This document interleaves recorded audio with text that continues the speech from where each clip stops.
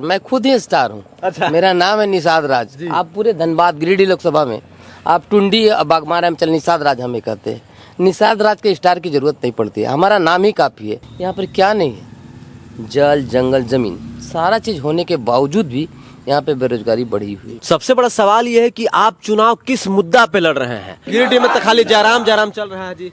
जयराम को social media में हवा है। अच्छा। जमीनी स्तर पर कुछ भी नहीं। आगामी लोकसभा चुनाव को लेकर झारखंड के सियासी गलियारों में तूफान मचा हुआ है। जैसा कि आप सभी जानते हैं कि झारखंड में 14 संसदीय क्षेत्र है और अभी मैं जिस संसदीय क्षेत्र में मौजूद हूं उसका नाम है गिरिडीह लोकसभा सीट, और ये सीट हॉट सीट बन गया है।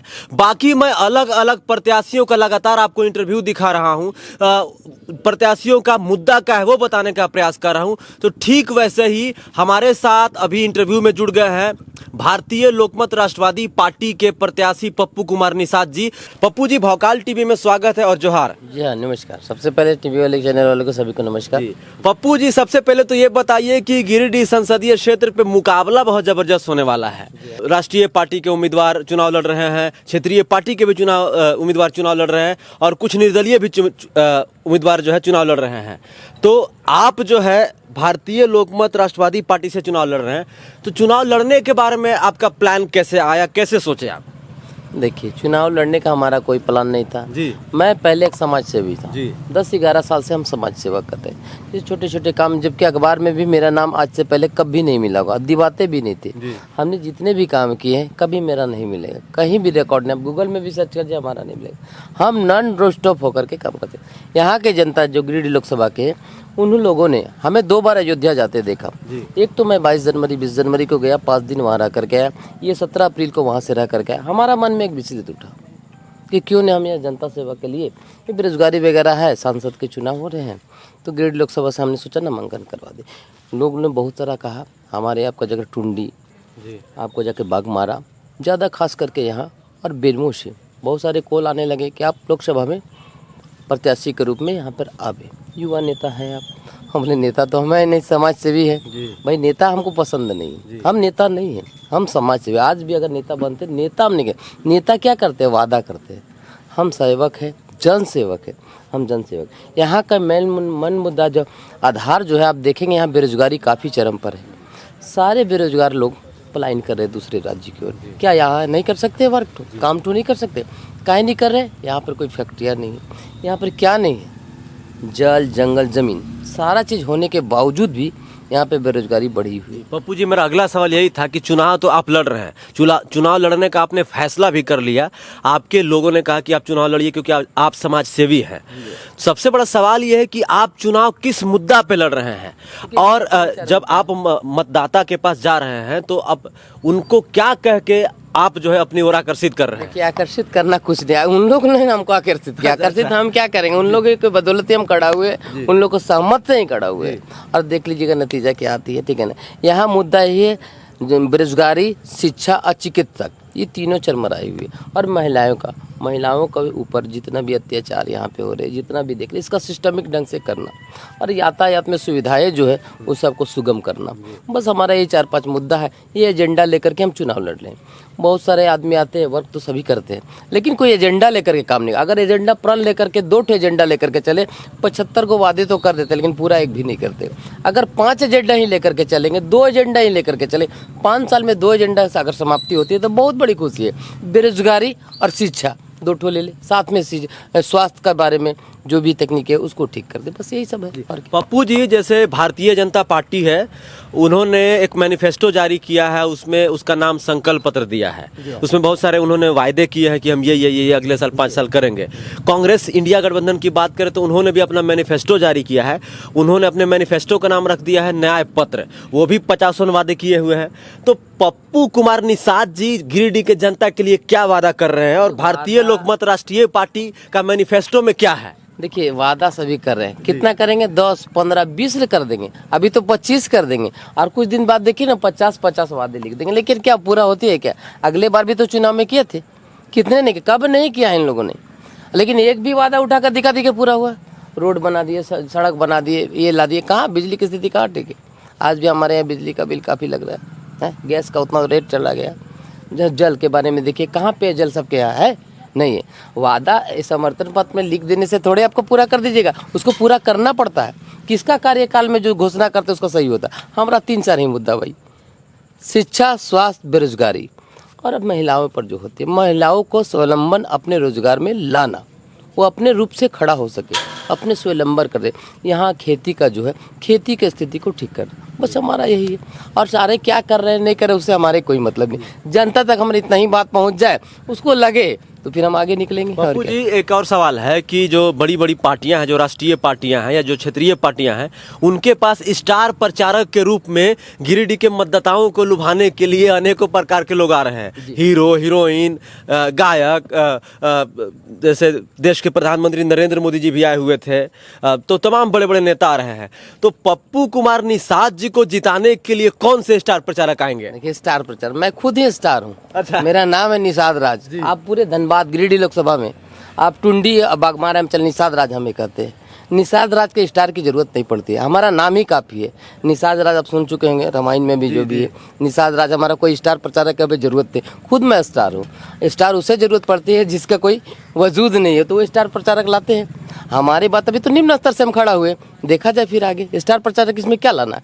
स्टार प्रचारक लाएंगे तो क्या बहुमत ज़्यादा मिल जाएगी? अच्छा है, लगाइए आप स्टार प्रचारक, हमें कोई मतलब नहीं। मैं निषाद राज हूँ, पप्पू कुमार निषाद हमारा नाम है। मैं अपने बदौलत चुनाव लड़ रहा हूँ। पप्पू जी, चंद्र प्रकाश चौधरी जी वर्तमान समय में भी सांसद हैं, 5 साल उनके कार्यकाल को होगी, वो भी एनडीए की ओर से चुनाव लड़ रहे हैं। तो आप एज ए प्रत्याशी नहीं, एज ए आम जनता उनके कार्यकाल को कैसे देखते हैं? देखिए, मैं भी पहले जनता ही था। वही कह रहा हूँ। मैं भी पहले जनता। अब वो उसके बारे में क्या हमको कहना, बताइए। इसके बारे में क्या बताएं? बताइए। उनके साथ आपका मुकाबला है? नहीं, ये किसी के साथ में मेरा मुकाबला नहीं है। हम अपने रूप में खड़ा, हम आगे जा रहे हैं। जनता में अगर मुकाबला क्या इसमें होती है? मैदान में सब लड़े हुए 18-16 प्रत्याशी है ना जी, एक ही जीतेगा, कोई भी जीतेगा एक ही, बिल्कुल है। तो इसमें मुकाबला वाला क्या सी बात है? वो तो जनता तय करेगी जीतेगा कौन। उड़ा यहाँ तो फाइट थोड़ी हो रही है, तो मैदान में लड़ाई के लिए थोड़ी, वो तो जनता का मत के द्वारा होता है।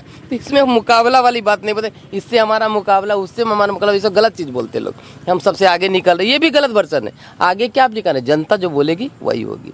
मत के द्वारा ही पता चलेगा कि किसको कितना मत मिल रहा है। क्योंकि देखिए, चंद्र प्रकाश चौधरी जी का जो साथ है पप्पू जी, वो नरेंद्र मोदी जी का साथ है, और मोदी जी कह रहे हैं कि अब की बार 400 पार।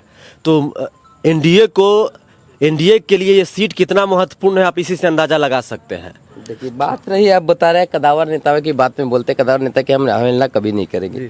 बोले 400 पार, 400 पार सही है, 400 पार करे, 300 पार करे, 408 में आ जाए उससे को। लेकिन गिरिडीह लोकसभा में निषाद राज, याद रखिए, गिरिडीह लोकसभा में निषाद राज, यहाँ पे निषाद राज चलेंगे, निषाद राज चलेगा।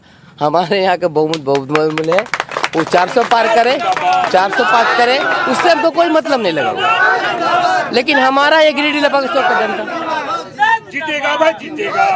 ले लीजिए, एक बार ले लीजिए। जीतेगा भाई, जीतेगा। जीतेगा भाई, जीतेगा। पप्पू जी, ये बताइए कि आप गिरिडीह लोकसभा सीट पे कितना वोट लाएंगे? ये एक आशीर्वाद जो है ना, आशीर्वाद कभी मिलते हैं तो परिपूर्ण मिलेगी। अगर प्रभु का कृपा नहीं होगी तो उतना ही आशीर्वाद में बर्दाश्त करना होगा। आशीर्वाद तो मिलेगा ही, अगर जनता हमें खड़ा किया है तो आशीर्वाद तो मिलना चाहिए।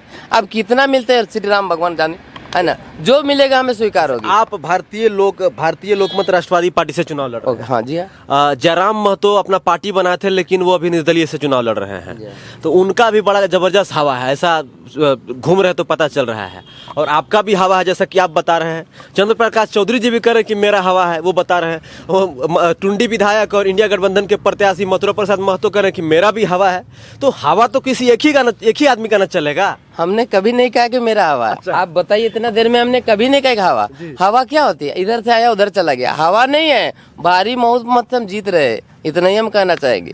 भारी बहुमत से हम जीत रहे हैं यहाँ पर गिरिडीह लोकसभा में। तो हमारे साथ भारतीय लोकमत राष्ट्रवादी पार्टी के प्रत्याशी पप्पू कुमार निषाद जी हैं, और जो कि गिरिडीह संसदीय क्षेत्र से जो है प्रत्याशी बनाए गए हैं। इन्होंने अपना मुद्दा बताया कि इनका मुद्दा क्या है। बाकी 25 मई को मतदान होने वाला है और 4 जून को रिजल्ट आएगा, तभी कुछ कहा जा सकता है कि इस सीट पर किसकी जीत हुई। बाकी सभी पार्टी के प्रत्याशी अपनी दावेदारी पेश कर रहे हैं और कह रहे हैं कि हम तो इस बार भारी मतों से जीत रहे हैं, लेकिन जितवाने वाले तो गिरिडीह की जनता है ना निषाद जी? एकदम उसका आशीर्वाद जिस पर होगा सबको स्वीकार करना होगा। जितने भी प्रत्याशी स्वीकार करना होगा कि हमको नकारा उसको स्वीकारा, ये हमें भी स्वीकार होगी। अशोक निषाद जी, ये बताइए कि पप्पू जी जो वादा कर रहे हैं, कह रहे हैं कि हम 3-4 काम करेंगे, बेरोजगारी दूर करेंगे, पलायन रोकेंगे, शिक्षा पर काम करेंगे, महिलाओं से जुड़ी समस्याओं पे काम करेंगे, तो काम होगा इनसे? पप्पू निषाद जी आज क्या काम करेंगे? आज 10 वर्षों से काम करते आ रहे हैं। जनता जनार्दन की सेवा हो, चाहे अनाज की, जब उस स्थिति नहीं, कोरोना काल में इन्होंने घर घर जाकर अनाज बटा, गरीब माता बहनों को सेवा की, यहाँ तक कि लोगों को इलाज कराया।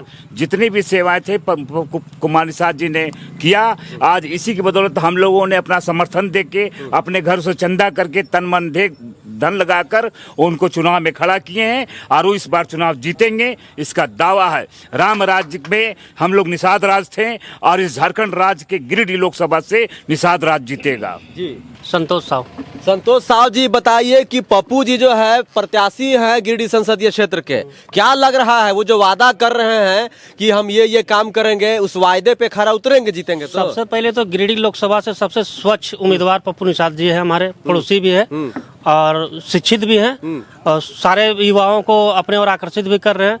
और हमें लग रहा है कि इस बार गिरिडीह लोकसभा से भारी बहुमत से पप्पू निषाद जी को विजय बनाना है। और तो गिरिडीह में तो खाली जयराम चल रहा है जी।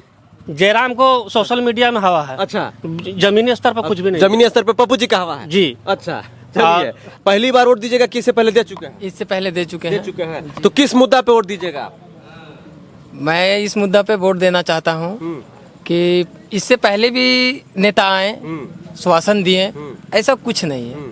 और ये जो हमारे पप्पू निषाद जी हैं, ये नेता ना रह के भी बहुत ऐसा कार्य में, मतलब नेता ना रहते हुए भी बहुत सारा कार्य किया है। इसके वजह से हम सब चाहते हैं कि भारी से भारी मतों से पप्पू निषाद जी का विजय हो। जी, शुक्रिया। हम लोग जो है अभी गिरिडीह संसदीय क्षेत्र में हैं और हमारे साथ बातचीत के लिए अभी मौजूद थे पप्पू कुमार निषाद जी, भारतीय लोकमत राष्ट्रवादी पार्टी के उम्मीदवार हैं। बाकी बातचीत कैसा लगा आप हमें कमेंट करके बताइए। बाकी देखिए, गिरिडीह में बहुत ही जबरदस्त मुकाबला होने वाला है, तो लेकिन मुकाबला तो जबरदस्त होने वाला है, लेकिन मतदाता तय करेंगे कि कौन जीतेगा और कौन हारेगा। 25 मई को मतदान होगा और 4 जून को रिजल्ट आएगा। बहुत ही कम समय बचा है। पप्पू जी, एक सवाल पूछेंगे लास्ट में। बहुत ही कम समय बचा है, 4 से 5 दिन बचा है। इन 4 से 5 दिनों में क्या जादू कीजिएगा मतदाताओं को लेकर?